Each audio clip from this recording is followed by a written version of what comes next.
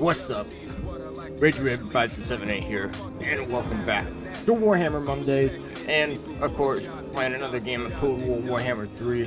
Today we are finally going to be finishing up our Khorne, well, not really a campaign, but just going through all the Khorne units and stuff like that. And of course, I've saved, in my personal opinion, the best for last, and that is none other.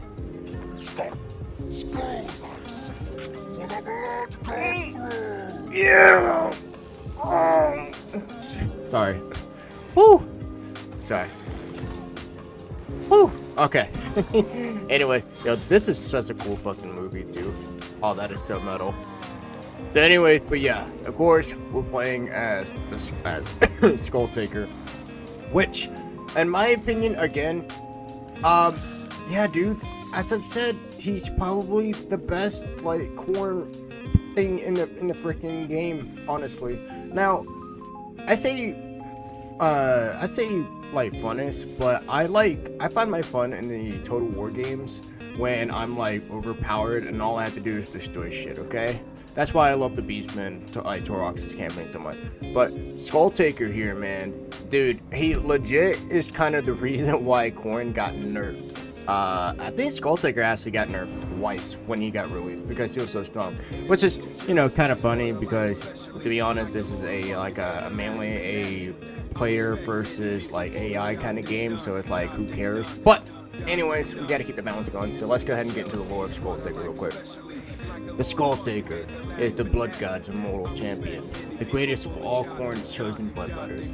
When not campaigning with his master's army, Skulltaker roams the realms of chaos at will atop his mighty juggernaut.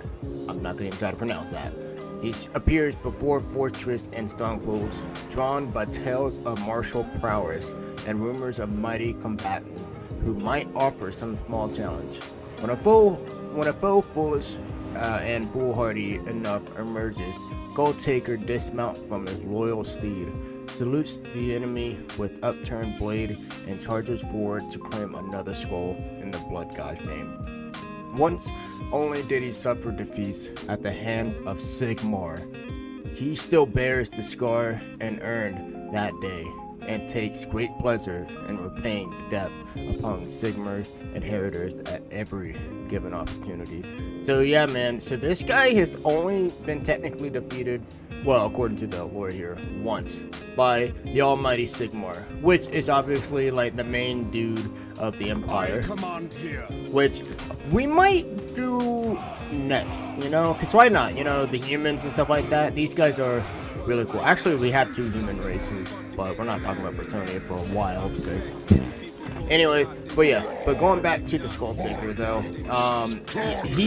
his main purpose is, and I feel like I'm repeating myself, is to go out and destroy shit, and mainly to challenge the greatest warriors across the land. That sounds almost the exact same thing with Arbol the Undefeated, except the fact that, you know, Arbol has never been defeated, I guess, technically, in a technical stand, where Skulltaker fought against Sigmar himself, which is basically the almighty war hero of the Empire, who they pretty much made their god.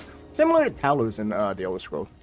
Anyway, but Skulltaker is mainly a demon dude, hero capacity for Blood Reapers +2, has access to the Cloak of Skulls, which is what makes Skulltaker completely overpowered, but we'll talk about it a little bit more. Demons Reforged, 10% chance for destroyed Bloodletter unit to be restored after battle. Now this is very good, and also a good reason why it's only at 10%. So basically what Demons Reforged is that when your bloodletters, you know, your demons, who are bloodletters, die, they have a 10% chance of coming back, if that unit gets wiped out. And I don't know if this, like, completely restored or anything, but yeah, and I believe that you can also increase that chance further end game. Of course, you got upkeep for bloodletters and for Khorne, because, you know, it's freaking, you're literally playing as the, I guess you can call the champion of the bloodletters, so why not? And of course you got movement range, campaign line of sight, like all that good shit. Let's just get into the game, man. This world has many champions. But to be the greatest of all, one must forge their legacy in the fires of chaos. Many worthy heroes have fallen before him. Their skulls, trophies, woven into the fabric of his cape. Each bestowing him with the power of a champion's essence. For he is Skulltaker, champion of champions, collector of souls. His destiny beckons. Blood for the blood god.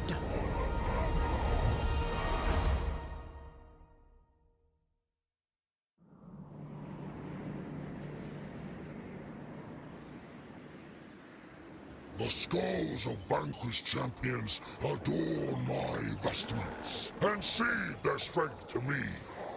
So yeah, if this is not like the most heavy metal fucking character in the entire Warhammer, then I need to know who is. Because, I mean, seriously bro, the guy legit has skulls on his horn, and he puts skulls on his cloak, which is a very big game mechanics that we will get into rather shortly, actually. So, anyways, to go through, you know, the basics and stuff like that, number one, we start in Lustria this time, which is not a realm that we've explored a whole lot, and honestly not a realm that I'm very, like, fond of anyways, because it's home to the Lizardmen, which I honestly don't really care too much about the Lizardmen, I gotta be honest. So, I mean, I'll probably dedicate some more time with the Lizardmen soon, especially if I plan on making a video on them, stuff like that. But yeah, as I said though, but we started in Lustria, which is, it's a pretty decent place for Skulltaker to actually start it anyways, to be fair. So, now, of course, our starting battle is going to start with Zinx, which, you know, fair enough, you know, I mean, it's another Chaos God.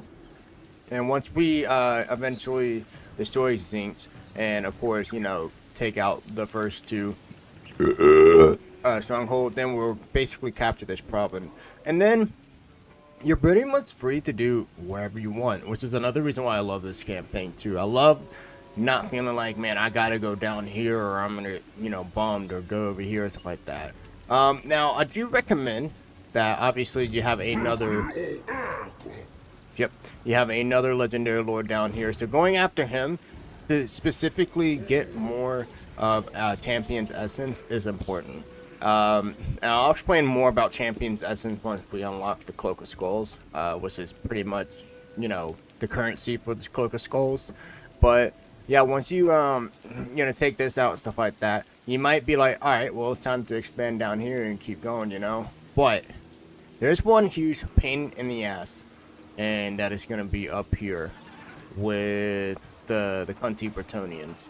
Stuff like that. Lord of Bretonia. Or basically like the French dudes of the Warhammer, you know, in case anybody really wanted to know. Anyway, these guys will pretty much have their starting war with the lizard man called Clipchamp. Okay, that's the name.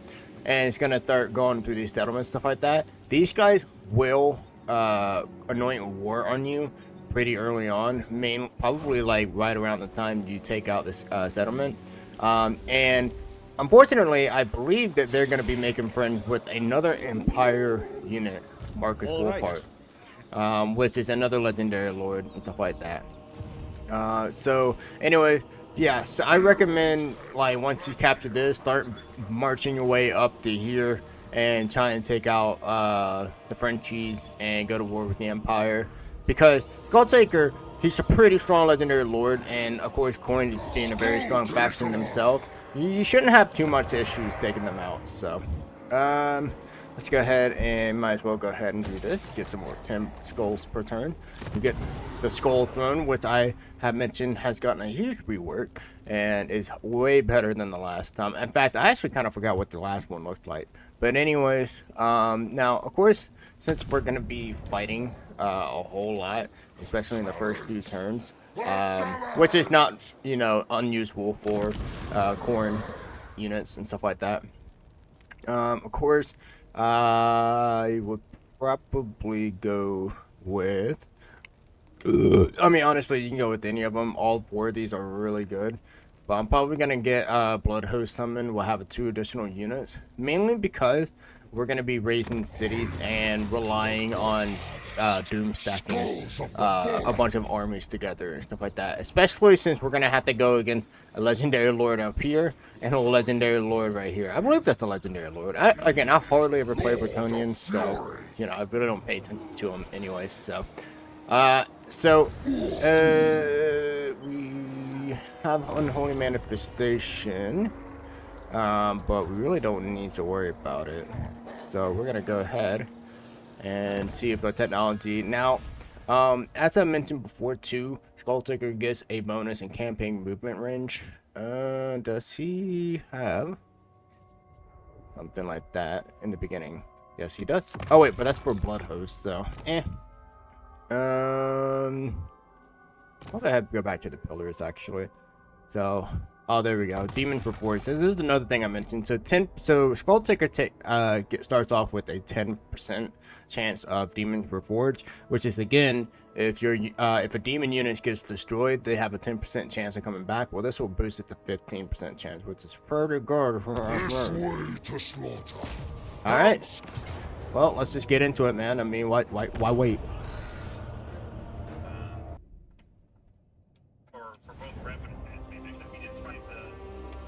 Alrighty, so let's go ahead and, of course, as we do when we start a new campaign, let's go ahead and look at the unit and stuff like that. Now, of course, Skulltaker do start with I think it's like 1 or 2 different units than the other ones. Alright, so we got the Exalted Bloodletters of Khorne, which is basically the same as the normal Bloodletters of Khorne, which are over here. But you can tell there's a distinct difference between the two. You know, mainly with their flaming swords and stuff like that. Again, they're just basically better than these guys, so I mean, obviously it's worth the upgrade and stuff like that. Then, of course, over here we got our cavalry unit, the Blood Crushers of Khorne, because of course you can crush blood. Did you not know that? Well, you know it now. Then you got this Blood Shred of Khorne, so which is mainly like a support unit as well. But of course it's Khorne, so send them into battle and mess stuff up, and yeah, you'll be making Khorne happy. You got the Blood Beast of Khorne, which I believe are one of the new units that this chapter came with, stuff like that. They look freaking awesome. But there's this Monsters Infantry, so you know, nothing too new in terms of like, you know, being a unit itself. You got Brass Tide, the Blood Reaper, another you know, just a hero guy, you know, same as any other. And of course you got the man himself, who I didn't even realize, but he's actually much taller than the regular Bloodletters, so yep.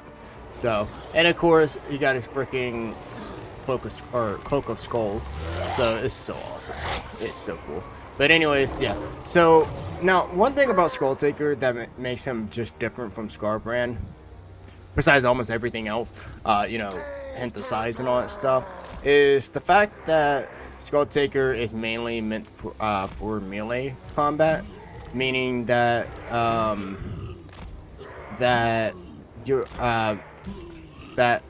my god. So Scarbrand, the way I used him in the other video, I mainly used him as a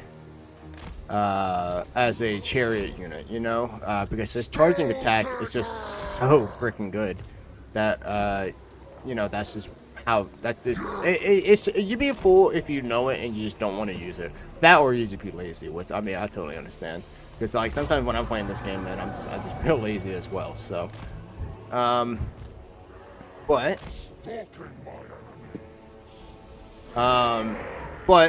with Skulltaker, you actually do really want to focus more on dueling the single individual, you know, the Lord and stuff like that.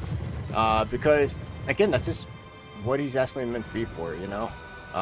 Some legendary lords are meant for, you know, supporting the. Oh, these guys are slow.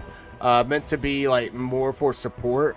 More, some of them are like, you know, range infantry. Some of them are magic. Then you, of course, you got people like Skulltaker who are mainly there to just, you know, 1v1 me, bro. You know, stuff like that. So, alright, we're just gonna go ahead and send these guys around, kind of conquer and divide, or divide and conquer, my bad. And then we're gonna send the Blood Beast, try to see if we can try to open them up here and try to send them through. I'll send these guys here. And you know what, it's gonna be a bit crowded, so I'm gonna go ahead and send these guys over here. Send these guys here. Now, sadly, it's Zinc, so they're definitely gonna get a few good hits in because I believe many, if not all, of their units have ranged attacks. So it's kind of like we're playing at a disadvantage here. But as soon as we get close to them and stuff like that, that's when we're gonna have, well, the advantage. I'm gonna send these Blood Beasts back just a little bit.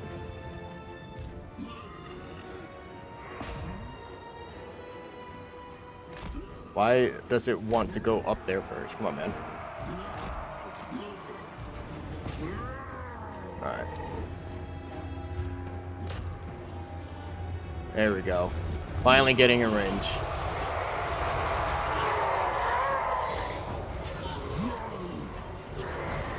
Go ahead and try to send the beast around. Alright, and I really don't want to put these guys in the back, but I do want to go ahead and send them out. There we go. There's our boy Skulltaker doing his duty. Oh, wait, this got smacked by the hero. I'm pretty sure I have somebody out here not doing stuff. Oh no, there, everybody's doing it. Alright. Okay, get him around.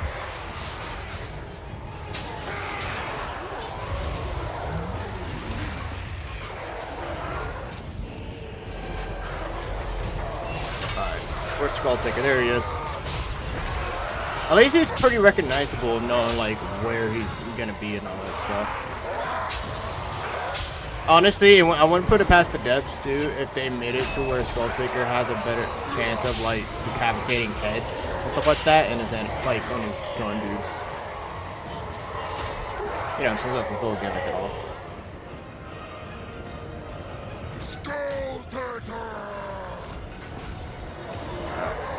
Holy shit. Unit's getting smoked. That's what I get for looking too deep into the battles. There you go. Send the chariot in there, whatnot. Screw it. Like I said, it's Cord, man.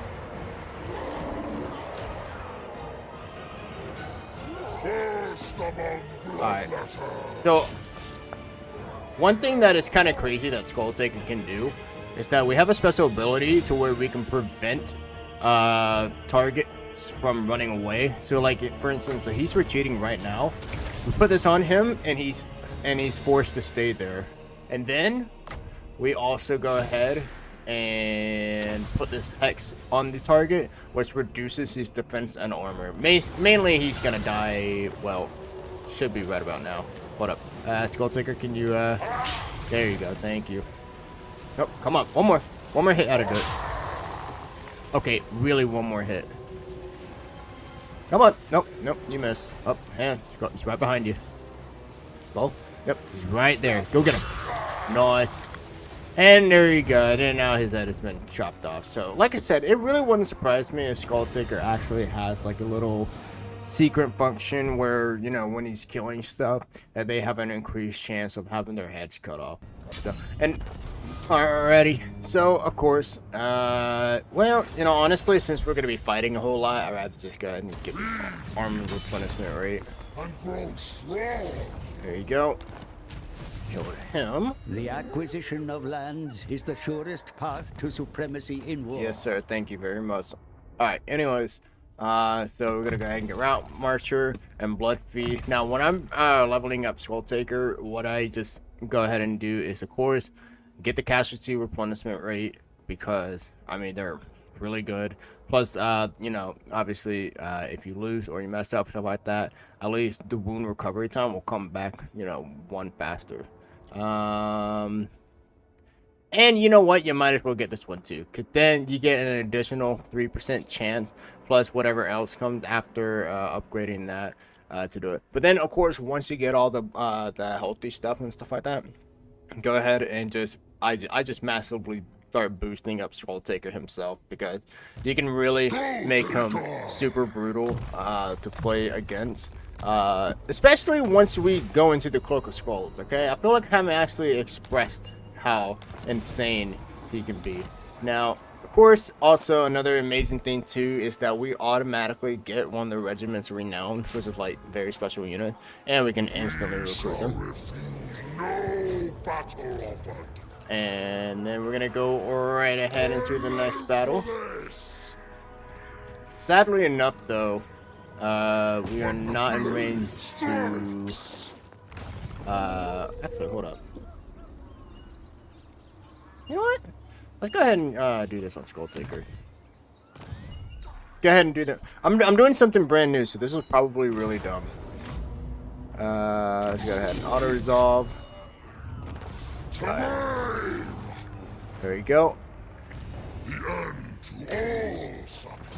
Wow.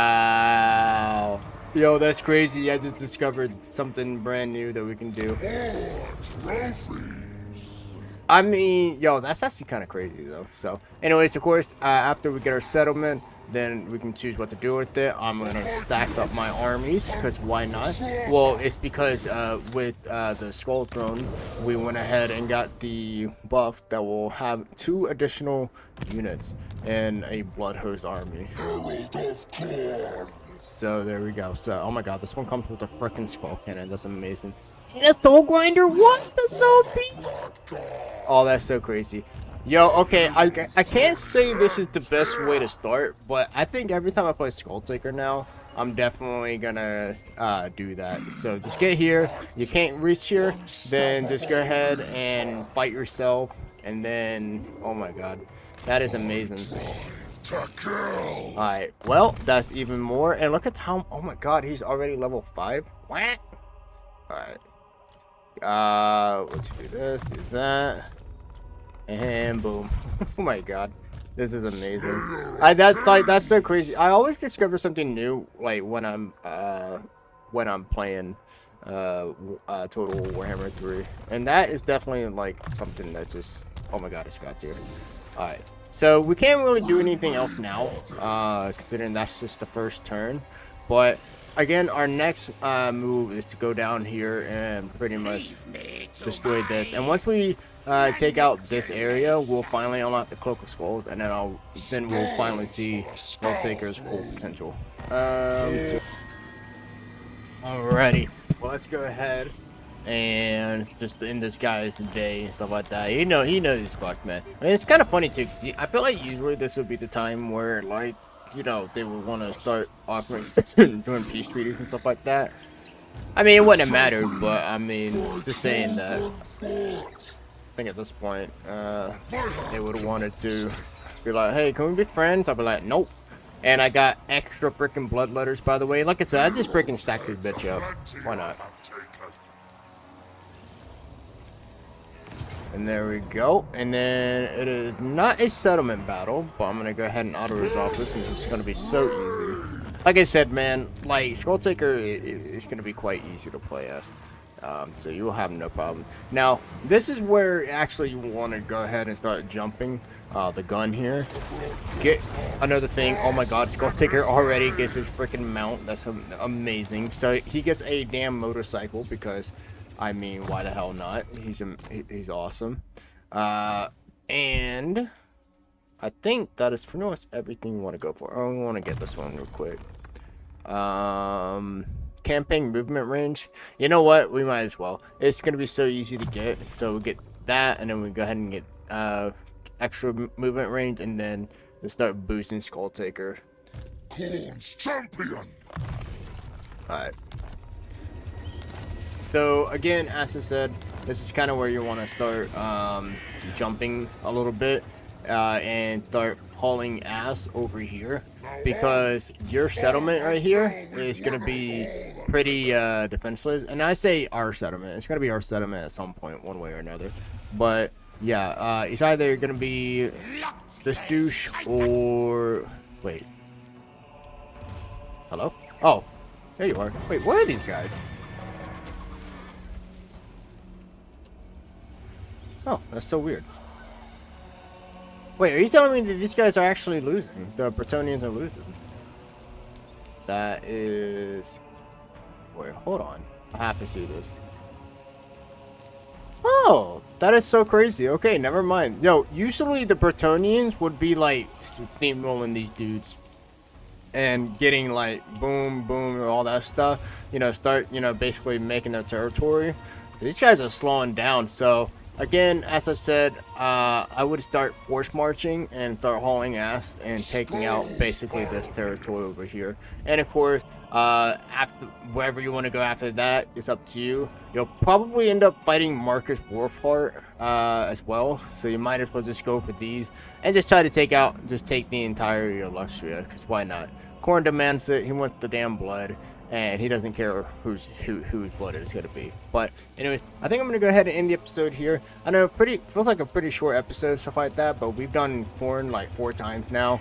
Pretty self-explanatory, and actually a really easy, you know, faction to get into. Yeah, there are, you know, it has its own mechanics, stuff like that. You gotta understand the skull thrones and all that stuff, but it's not that bad. Oh, actually, hold up, I almost forgot about the Cloak of Skulls. Holy crap, there's no like big thing saying, hey, you got the Cloak of Skulls. So alright, so of course the Cloak of Skulls, being specifically made for Skulltaker, is a way to basically buff either you or just get special abilities or whatever. And one really cool detail I love is how they actually got skulls from different factions and stuff like that. Like obviously you got an orc skull right here. I'm gonna assume that's a is that an Ogun? No, it's a wait, it's a Chaos Dwarf. So Chaos Dwarf skull right here. You got a vampire skull. Like, I really like the details here and stuff like that. It's pretty awesome. But anyway, some of these abilities are just stupid fucking strong, and it's amazing. Okay, like for example, so the ones that you start out with, so this one gives you ability to use Bloodguard or Shackle. This is the ability that basically traps pretty much, it's either a unit or a single entity unit. You can basically trap them and prevent them from moving, so they don't run away while you're, you know, stabbing them in the back and all that stuff. But you go over here, and this is all the ones that you start off with too. Replenishment, camping, movement range, or if you can see over here, replenishes 10% camping movement range after defeating a lord, and of course it goes up to 30. Got over here saying Skulltakers gain 20% of the experience of defeating the lord. So basically you can boost you know, the experience that you get from defeating the lords, which is what you're going to be doing a lot. Here's one of my favorite. So you know, skulls after defeating a lord, you know, get 500, 250. Super crazy. I mean, you understand, you get it. These things are fucking nuts, and it's kind of like the reason why, you know, you want to play Skulltaker, so you can go on a big giant power trip and start taking over the world and stuff like that. But yeah, that's pretty much it. So as I said, Skulltaker is pretty self-explanatory and probably my favorite of the Korn faction, stuff like that. But yeah, very self-explanatory. Now I actually don't really know who I'm going to be doing next as a race and stuff like that. You know, I kind of want to go back and forth between good, evil, and all that stuff, but there's a lot of like more, like there's even neutral factions as well, so maybe we'll do the Ogre Kingdom next. I don't know. So, but thank you guys so much for watching as always, and I'll see you in the next one. Later. Anything you want to say to the good folks at home before we bounce Skull? Blooded Wanderer! Alrighty.